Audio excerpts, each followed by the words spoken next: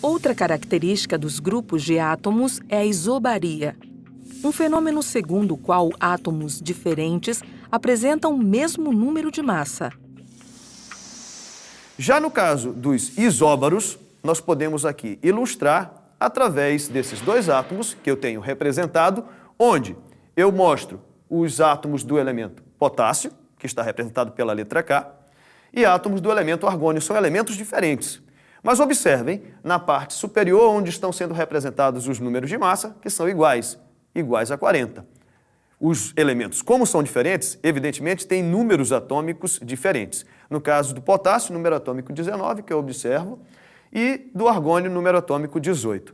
Então, quando a gente fala em isóbaros, obrigatoriamente são átomos de elementos diferentes. Temos ainda a isotonia, que é o fenômeno segundo o qual átomos diferentes têm o mesmo número de nêutrons.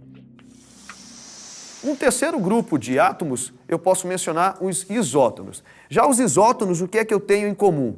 O número de nêutrons. Nessa representação, eu mostrando aqui os átomos de fósforo e enxofre, eu não observo na representação nenhuma informação em comum. O fósforo, vocês podem observar que tem número de massa 31 e número atômico 15. Já o enxofre tem número de massa 32 e número atômico 16. Eu só vou conseguir identificar a semelhança se eu fizer a subtração do número de massa pelo número atômico, que vai me dar exatamente o número de nêutrons. Nesse caso, para o fósforo eu tenho o total de 16 nêutrons e para o enxofre, fazendo a mesma operação, 32 menos 16, eu tenho também 16. Então, nesse caso, como eles apresentam o mesmo número de nêutrons, eles são chamados de isótonos e, evidentemente, pertencem a elementos químicos diferentes. Vale a gente ressaltar que os únicos grupos que os átomos pertencem ao mesmo elemento são os isótopos, porque eles têm o mesmo número atômico, que é a identidade do átomo.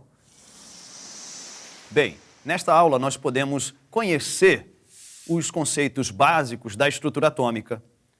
Nós vimos a evolução dos modelos atômicos, desde aquela ideia inicial de Dalton, que nós pensávamos o átomo ser uma partícula maciça e indivisível, até hoje que nós chegamos à conclusão de que o átomo é constituído por duas partes principais, o núcleo, que é a parte central, e a eletrosfera, que é a parte externa, e suas partículas fundamentais, que é necessário que a gente saiba.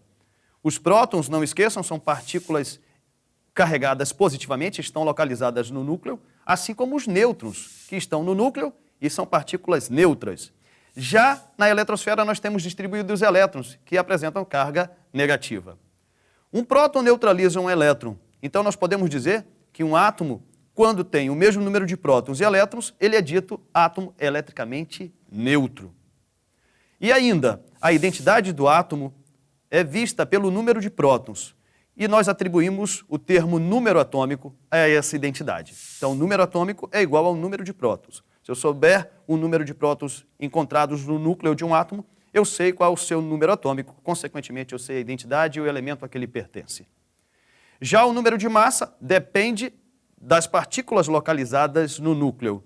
Nós podemos dizer que são os prótons e os nêutrons que têm massas consideráveis em um átomo. Os elétrons, nós desprezamos a massa. Por isso, eu posso afirmar que número de massa é igual ao número de prótons mais número de nêutrons e a massa do átomo praticamente toda concentrada no núcleo.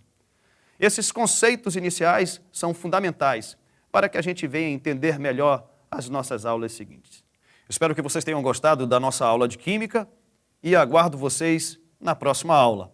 Até mais!